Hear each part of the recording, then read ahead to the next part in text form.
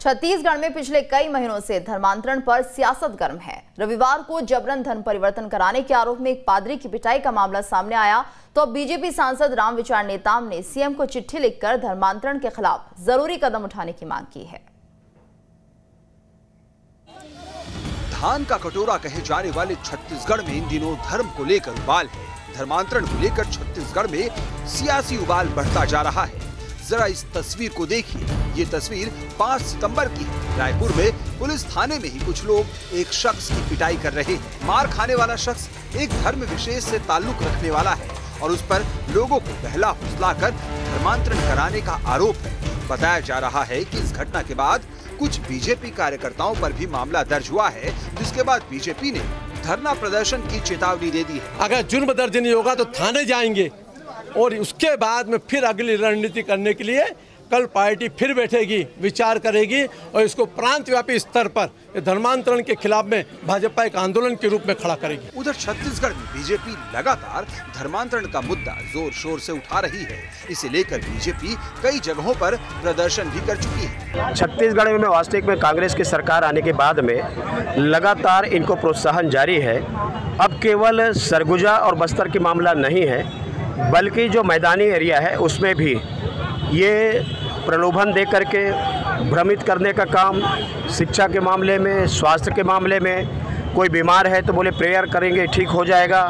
इन तमाम बातों को लेकर के इनके द्वारा उनको दिग्भ्रमित करके और उनको धर्मांतरित करने का काम किया जा रहा है। इस बीच बीजेपी के राज्यसभा सदस्य रामविचार नेताम ने धर्मांतरण के मसले पर सीएम भूपेश बघेल को चिट्ठी लिखी है तो उधर बीजेपी प्रदेश अध्यक्ष विष्णुदेव साय ने तो सरकार से बकायदा निगरानी समिति तक बनाने की मांग कर डाली है। इस सरकार का एक एसपी, सुकमा का एसपी स्वयं अपने विभाग को अवगत कराता है, सरकार को अवगत कराता है कि धर्मांतरण जोरों पर है। इसके बाद भी इस सरकार इस पर ध्यान नहीं दे रही है, जो कि बिल्कुल गलत है। इस सरकार को ध्यान देना चाहिए।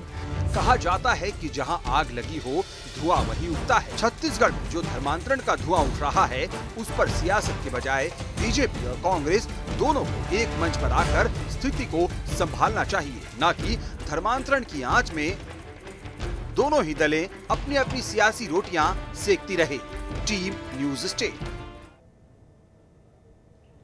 मध्य प्रदेश के ग्वालियर चंबल इलाके में कई जिले ऐसे थे जहां बाढ़ ने तबाही मचा रखी थी। लोगों का घर बार तबाह हो गया। ऐसे में बाढ़ पीड़ितों को मिलने वाले मुआवजे को लेकर भी सियासत शुरू हो गई है। देखिए खास रिपोर्ट।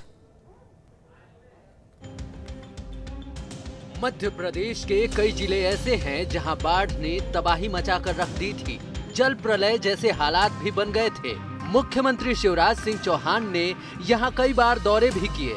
साथ ही केंद्रीय मंत्री नरेंद्र सिंह तोमर, ज्योतिरादित्य सिंधिया ने भी इन इलाकों का दौरा कर बाढ़ पीड़ितों का दर्द जाना। ग्वालियर चंबल संभाग के श्योपुर, शिवपुरी, ग्वालियर, मुरैना, भिंड, अशोकनगर, दतिया और गुना जिले में बारिश ने हालात बद से बदतर कर दिए थे। प्रदेश भर में बाढ़ से 55,199 की कुल जनसंख्या प्रभावित हुई। बाढ़ प्रभावित इलाकों से 30,790 लोगों को बाहर निकाला गया। कुल 126 राहत कैंप बनाए गए। प्रदेश में बाढ़ से करीब 2700 करोड़ का नुकसान हुआ। केंद्रीय दल के सर्वे में 2000 करोड़ रुपए का नुकसान बताया गया, मगर प्रदेश में अब तक महज 109 करोड़ की राशि ही वितरित की गई है। सरकार का कहना है कि केंद्र सरकार और राज्य सरकार मिलकर बाढ़ पीड़ितों की पूरी मदद कर रही है। केंद्र सरकार पूरी मदद कर रहा है और हम देश के यशस्वी प्रधानमंत्री जी को बहुत धन्यवाद देंगे कि उन्होंने स्वयं केंद्रीय दल भेजकर प्राकृतिक आपदा में जो भी नुकसान हुआ है उसका मूल्यांकन किया था। माननीय मुख्यमंत्री जी ने भी स्वयं इस विषय में पहल की है और केंद्र सरकार से भी हमें सहयोग मिल रहा है और राज्य सरकार भी पूरी तरह से हमारे जो पीड़ित हैं उनको मुआवजा और राहत दे रही है। बाढ़ पीड़ितों को लेकर सरकार 2 बार राशि वितरण करने के कार्यक्रम भी कर चुकी है, जिसमें प्रत्येक व्यक्ति को आर्थिक मदद दी गई। लेकिन बाढ़ के दर्द पर बेदर्द सियासत का सिलसिला अभी भी जारी है। कांग्रेस का आरोप है कि सरकार बाढ़ पीड़ितों को सही समय पर उचित मुआवजा नहीं दे रही है। आपदा राहत कोष है, इसमें पैसे खत्म होते ही केंद्र सरकार को मिनिमम बैलेंस डालने का ये नियम है, संवैधानिक व्यवस्था है उसकी।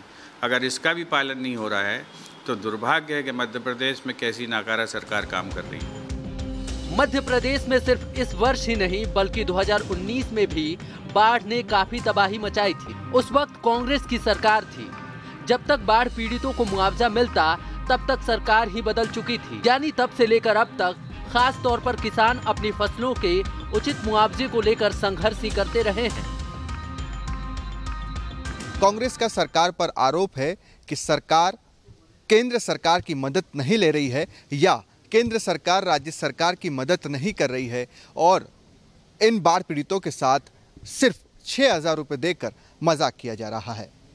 आगे देखना बेहद दिलचस्प होगा कि इन बाढ़ पीड़ितों को कब तक सरकार पूरी तरह से सहायता दे पाती है। वीडियो जर्नलिस्ट अनवर के साथ शुभम गुप्ता, न्यूज़ 8 भोपाल।